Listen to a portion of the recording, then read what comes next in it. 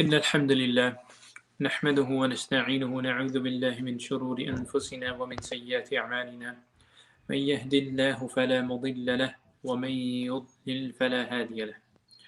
We begin with the praise of Allah subhanahu wa ta'ala. We seek assistance and we seek refuge from the evil within ourselves and from the evil of our actions. Whomsoever Allah guides, none can misguide. Whomsoever Allah lets. And we send salutations to the Prophet Muhammad sallallahu alayhi wa sallam. So inshallah wa ta'ala, today I'm going to take some sections of the story of Isa alayhi salam.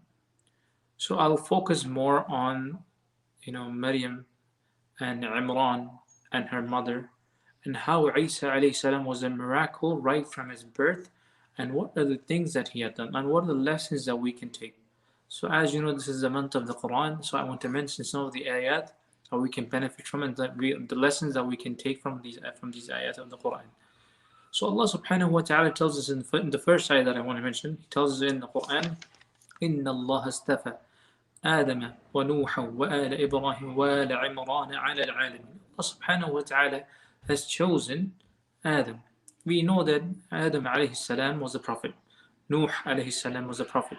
And Ibrahim alayhi salam was a prophet. And from the family of Imran. Now, who was Imran? Imran was a leader amongst his people from the children of Israel, and who was married to also from a very good family to a sister.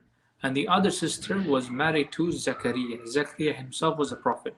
So one sister is married to a prophet, one sister is married to a leader.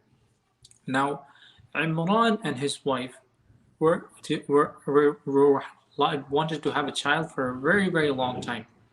So one of the dua that Imran, his wife, she makes to Allah subhanahu wa ta'ala, and this is where I mentioned this ayah, is what she takes an oath. إذ قال امرأة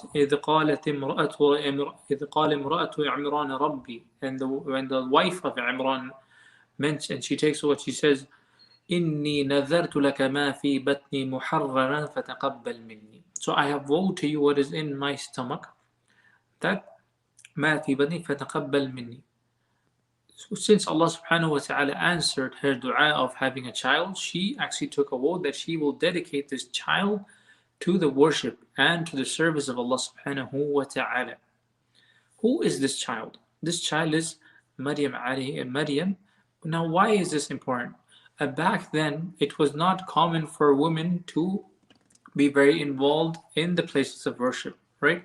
And this is something that she mentions. When she gives birth, فلما ودعتها قالت رب إني ودعتها أنثى وليس الذكر كالأنثى وإني سميتها مريم وإني أعيذها بك وذريتها من الشيطان الرجيم. So when she gives birth, she says, a female is not like a male. Obviously, what we're trying to say is, in terms of piety, obviously this goes down to one.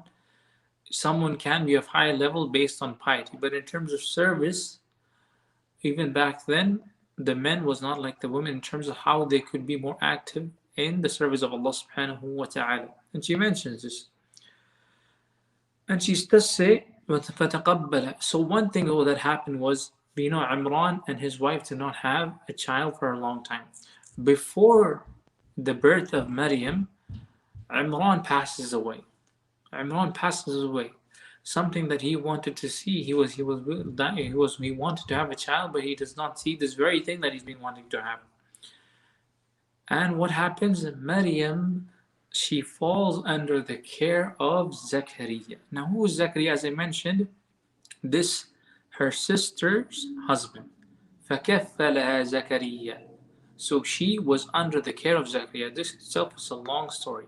But the only thing I can tell you is that she was raised under the care of Zachariah, who is a prophet himself.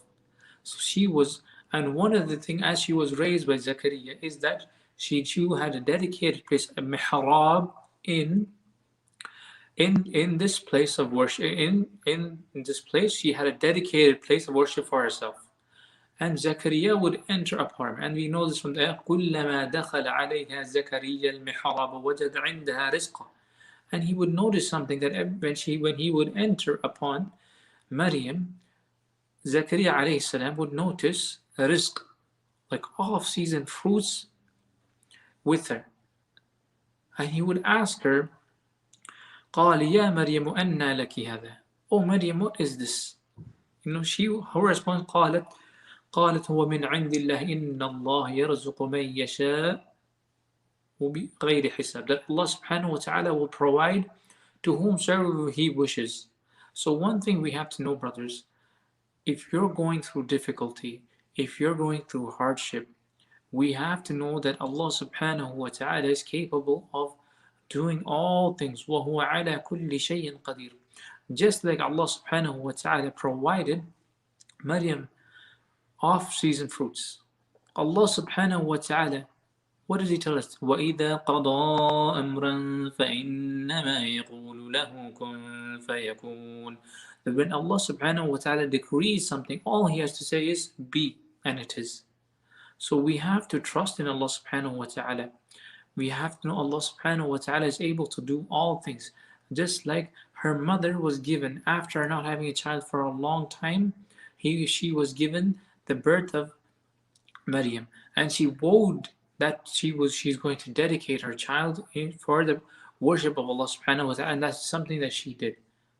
So the question is, are we nurturing our children towards the worship of Allah subhanahu wa ta'ala? Not just in the month of Ramadan, but in the remaining other 11 months. Let's move on with the story. So one of the things that we all know, that Isa alayhi salam, his mother is Maryam, and he's known as Isa ibn Maryam. Isa, the son of Mary, right? So when an angel approaches her and gives a glad tidings, what does she respond? إِذْ قَالَتِ الْمَلَائِكَةُ. The Malaika said, يَا مَرْيَمُ إِنَّ اللَّهَ يُبَشِّرُكِ بِكَلِمَةٍ مِّنْ حُسْمُهُ الْمَسِيحُ عِيسَى بْنُ مَرْيَمَ وَجِيهًا فِي الدُّنْيَا وَالْآخِرَةِ وَمِنَ الْمُقَرَّبِينَ.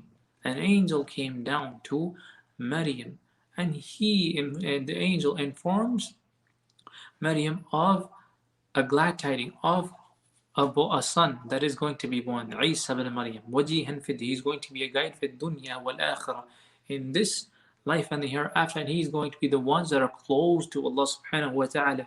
Now hearing this, Maryam, what is the question that she asks?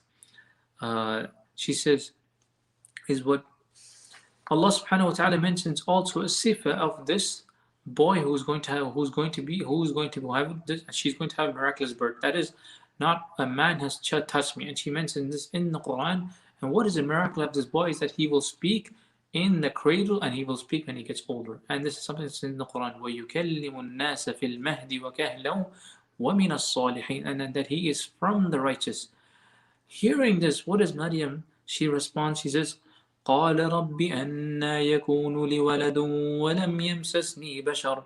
That how am I going to have a child when nobody has touched me and a man has not touched me?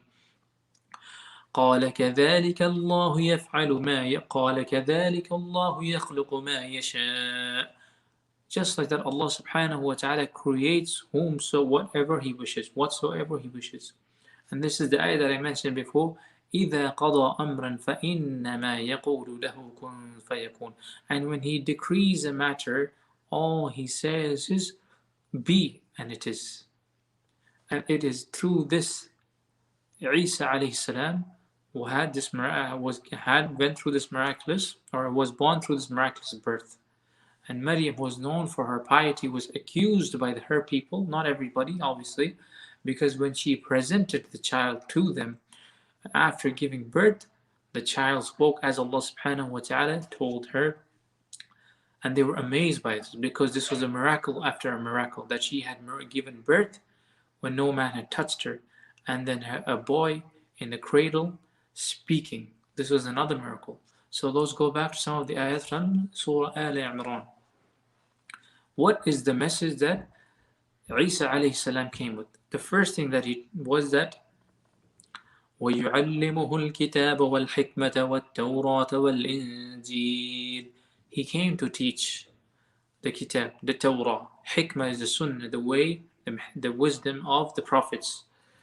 The Torah and the Injil, the Gospels. So he came to teach the people. He came. And who was he sent to? Because this goes to Aqidah.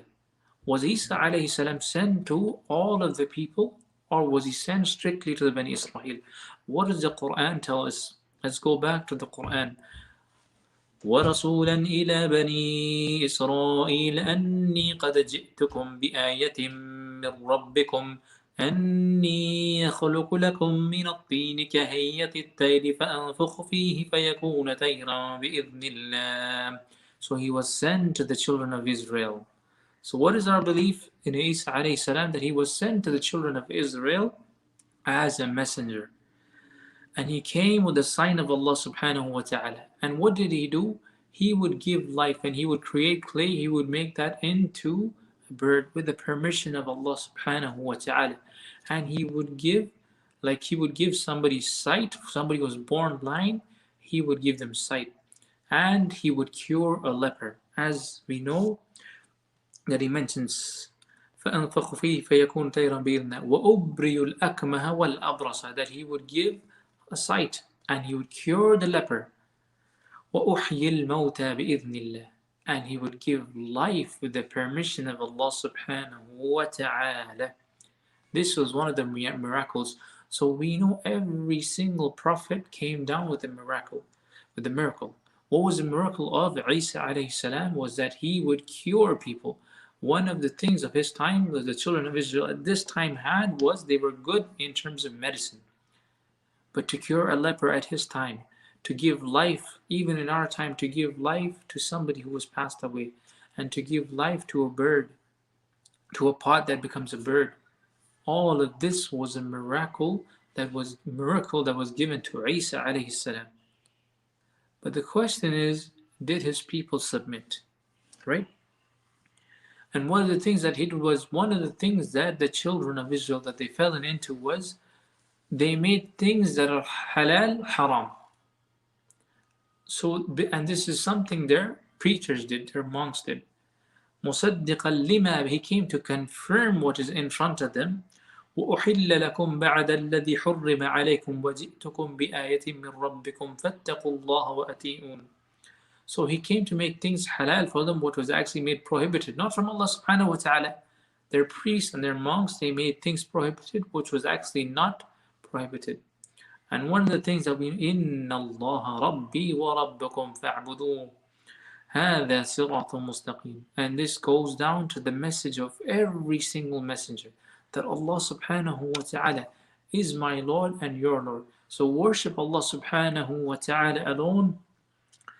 So worship Allah, and this is the straight path. So let's go back to the ayah of Surah Al-Ikhlas. All of us recite Surah Al-Ikhlas. Okay, I want to give you a foundation, lesson of Al-Aqidah.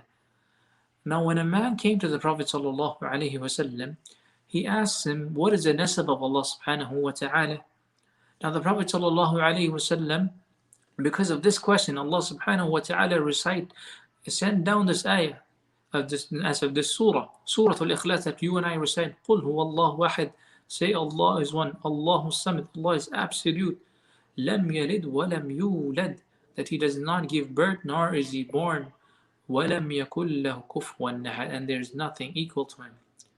So, brothers, our belief when it comes to Isa alayhi salam, he was a messenger, he was a slave of Allah subhanahu wa ta'ala, sent to the Bani Israel. And what was his message? Coming to the worship of Allah subhanahu wa ta'ala alone. And he came to what? With the Torah, with the Injil. In its purest form, obviously our belief is that it is not in its pure form as it was given to the messenger. So why is this very, very important? Obviously this topic is ideal, because people just before Christmas, they want to really understand what is Islam's belief when it comes to Isa alayhi salam. Even the Muslims themselves, sometimes they're very ignorant. Isa alayhi salam was given so many miracles, brothers, and he was born into a blessed family of his uncle. He and the other cousin on one side was the other Zakariya's son Yahya was also a prophet. Imagine being in this form that is surrounded with good people, and his message was a message to Tawheed. And unfortunately, his message has become corrupted over the generations. And you and I, we have to convey this message. And this is going to be, inshallah, my last reminder for the month of Ramadan. So I ask Allah subhanahu wa ta'ala to make this a beneficial reminder and take lessons from all of this, and not fall into the same sins that the Bani Israel fell into when the truth came to them, when the signs of Allah subhanahu wa ta'ala came to them. Yes, some of them believed and some of them disbelieved. Even in our time, brothers, there are many people, Muslims also, sometimes they see evidence that is maybe against what their culture is, but they become arrogant and they turn away. So let us be humble and let us be amongst those who submit to the will and the command of Allah subhanahu wa ta'ala, and make Allah subhanahu wa ta'ala bless the remaining days of Ramadan, and may He make us come out with pure hearts by the end of Ramadan. أقول قولي هذا أستغفر لي ولكم ولسائر المؤمنين من كل ذنب فاستغفروه إنه هو الغفور الرحيم. سبحانك اللهم وبحمدك أشهد أن لا إله إلا أنت أستغفر وأتوب إليك. صلى الله على نبينا محمد.